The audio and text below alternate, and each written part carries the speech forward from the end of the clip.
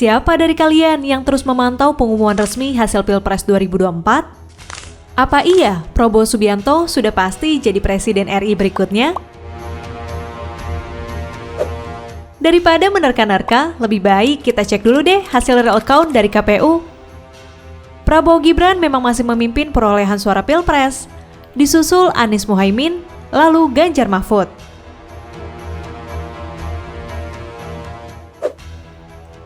Dari hasil perolehan suara ini, ada yang menarik loh, kalau kita melihat dari peta suara masing-masing capres, khususnya di luar negeri.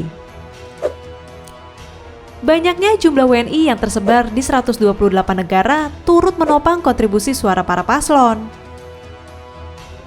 Mereka pun memiliki basis kekuatan kemenangan di wilayah yang berbeda-beda.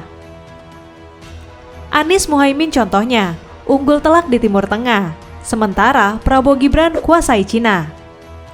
Lalu, Ganjar Mahfud mampu meraup suara tinggi di Amerika Serikat, Australia, dan sebagian Eropa.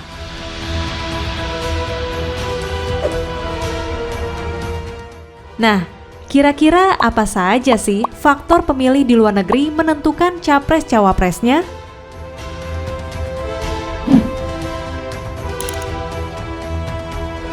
Pengamat hubungan internasional Dina Prapto Raharja mengatakan, ada beberapa faktor kecenderungan pemilih di luar negeri. Misalnya, terkait singkatnya waktu kampanye yang menyebabkan terbatasnya waktu para paslon menyampaikan visi misi mereka. Alhasil, pemilih di luar negeri pun harus mencari tahu sendiri untuk mendapatkan informasi soal paslon di media sosial contohnya. Biasanya hal ini dialami para pemilih muda. Kemudian yang kedua, kalau misalnya Cina ya, kenapa Cina itu dominan dipegang oleh Pak Paslon 2 misalnya? Karena kalau kita lihat di sana itu mayoritas banyak anak muda pemilih pertama.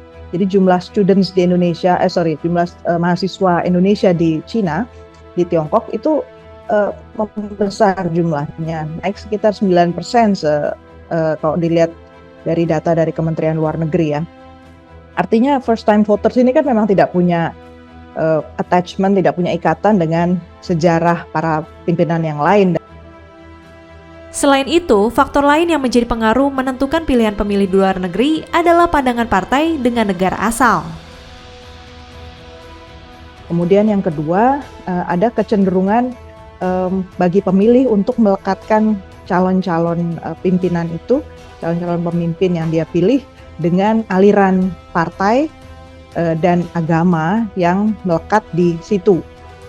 Jadi kalau dilihat misalnya ya Anies Baswedan dan Muhaimin itu kan orang mengertinya lekat dengan identitas Islam gitu ya. Pak Ganjar itu kan fokusnya ke hal-hal yang lebih nasionalistik ya, lebih tidak terkait sama agama. Kemudian Pak Prabowo Gibran juga dia membawa pesan untuk melanjutkan program-program Jokowi gitu kan. Meski berbeda di lain negara, bahkan berbeda benua, keikutsertaan warga negara untuk menggunakan hak pilihnya patut menjadi apresiasi.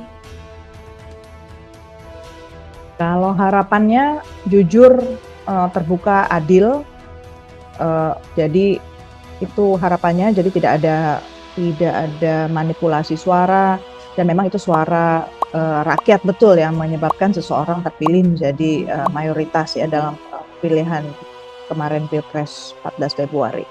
Itu aja sih harapannya. Secara spesifik kalau terkait dengan posisi mereka yang ada di luar negeri, apalagi yang sudah puluhan tahun di sana, rejim berganti terus, tetapi kebijakan untuk perlindungan tenaga kerja di luar negeri itu kan masih begitu-begitu aja ya.